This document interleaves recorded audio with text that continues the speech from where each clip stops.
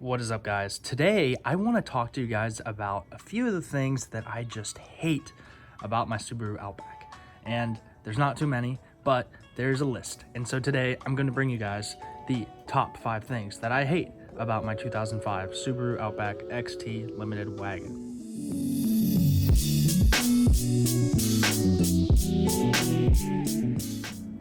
So, some of you guys may remember, I got this car back in January of 2018. I got it with 110,000 miles, and right now it just rolled 194,000. There's been a lot of ups and downs, but at the end of the day, I still really love this car. There's just some things that I thought was important to bring up to your attention and let you know that I just hate about this car. Things that just make me want to rip my hair out. If you guys want to buy one of these, or maybe you've had one, or maybe you have one, you've probably experienced some of the same things, or maybe you have other things. Let me know what you have in the comments below. So number 1, cost to own.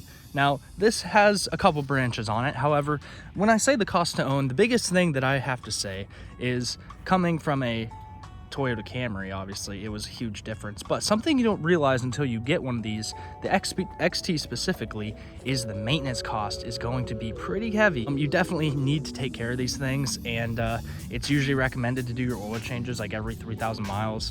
That's what I do. But there's a lot of little stuff too that these turbo Subarus specifically need to just stay healthy and stay alive. Obviously, with any car, you're going to want to be doing your timing belt regularly. That when you have to do it, water pump, things like that. Tires is the same as pretty much any other car, but the biggest cost things I've noticed is the gas mileage is just trash, and I'm going to bring that up in a little bit later. But the MPGs definitely suffers. It does take premium gas, which also suffers, and being an all-wheel drive bigger car, even though it's only a 4-cylinder, you do pay a lot for the gas at the pump.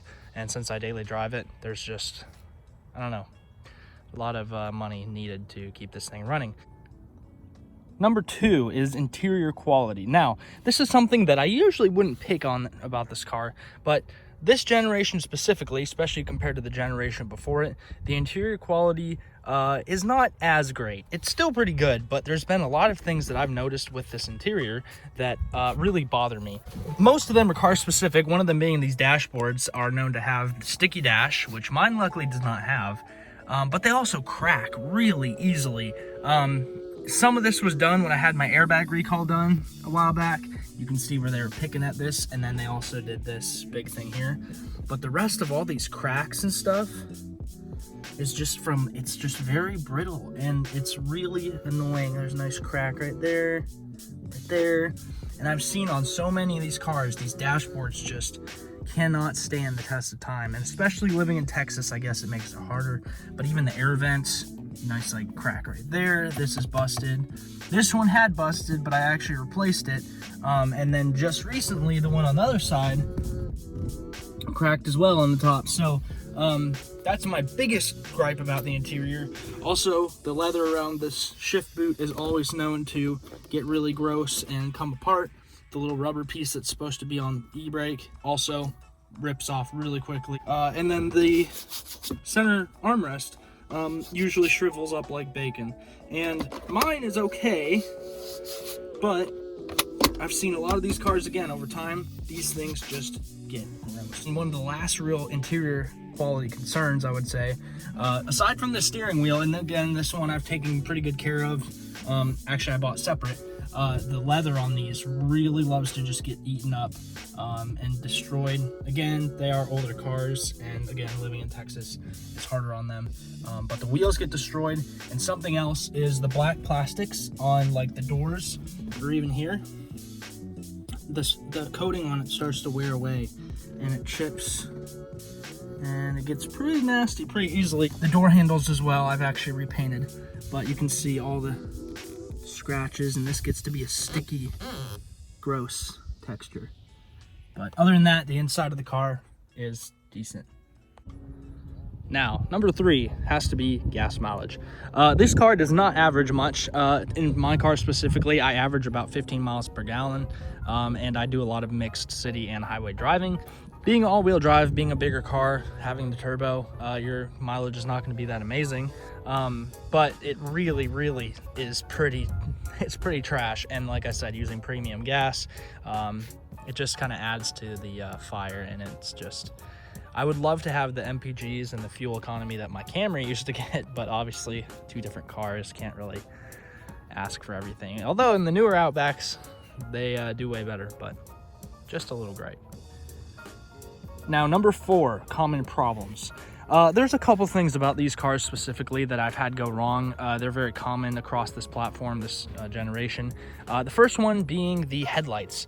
It is very common that the original projector beam headlights, the low beams just go out all the time. And I do not remember what the reason is, but it is so common to just have them going out left and right. I went through at least 6 sets back when I had my original headlight assemblies in. And no matter if you use long life bulbs or just the regular OE type stuff, they get trashed. I don't know why, and maybe I'm the only one who has that problem, but I was so sick of it and ended up saying screw it, and I spent the money to get the JDM HIDs, which I have loved and have had no problems with.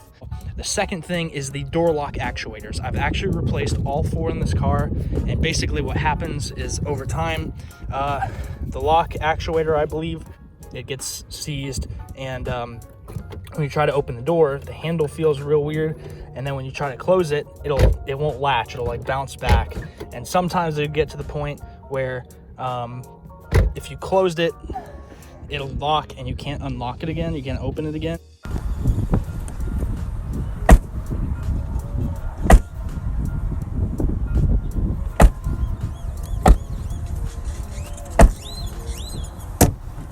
So I had to dig in the door. This door was the worst. I actually had to try to tear out the panel from the inside with the door locked, and I had to take the panel out, take the seat out to get the panel out, and then I had to get into all the lock wires and things like that and open the door. And all 4 door lock actuators have that issue. I've had to replace all 4. The other thing about this car is the wheel bearings for some reason. I've had to do all 4. The 2 rears usually are the first to go in these cars. They're usually the biggest issue. They start growling and they get really, really gross sounding. It's not too hard of a job, but it is something that for some reason plagues these cars, the wagons especially. And so yeah, wheel bearings definitely is a common issue. One more common issue on these as well is since these have the frameless windows, you actually have the weather stripping up here on the car like that. And over time, again, I guess this is over time kind of with wear and tear, but the weather stripping just gets destroyed and you get wind noise galore, you get sealing issues. It's very typical with these cars, the Foresters as well. I do plan on trying to replace those eventually, but that is another one of those things on these cars that is common and just happens all the time. And number 5, this might sound funny, but the cabin air filter on the 2005 specifically, I can't remember if they did on 2006, but I know on 2005, you cannot simply just open the glove box and drop it to get your cabin air filter out.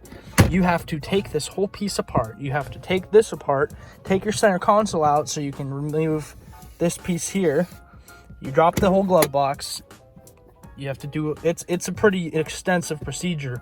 All of that just to get the filter out, where I believe in 2006 or 7, maybe it was 2008, they finally changed it to where you can just drop this, take this out, and pull the cabin filter out or whatever. It's a lot easier. Little complaint, but it's something that really bothers me. So I just wish maybe it was a little easier on this car. So that's pretty much the biggest concerns and the biggest issues that I've had about this car, the biggest things I hate. There's a lot of little things that just specifically with this car, for instance, the front bumper that was painted incorrectly by the previous bumper owner, because it's not the original bumper. This paint on the hood scoop, which is another common problem, I guess, with these. Aside from those things, I do really love the car. Eventually, I'll make a video showing all the positives, because I would have to say there's a lot more positives, in my opinion, than there are negatives on this car. But there's definitely things that I just kind of shake my head and want to, drive off a cliff because of. So surely some of you understand, but I hope you guys enjoyed this. And if you guys have any issues with your Outbacks that you just hate, or things that you just cannot stand that I may have missed, let me know in the comments, because I'd like to hear it. Again, hope you guys enjoyed though, and we will see you guys next time.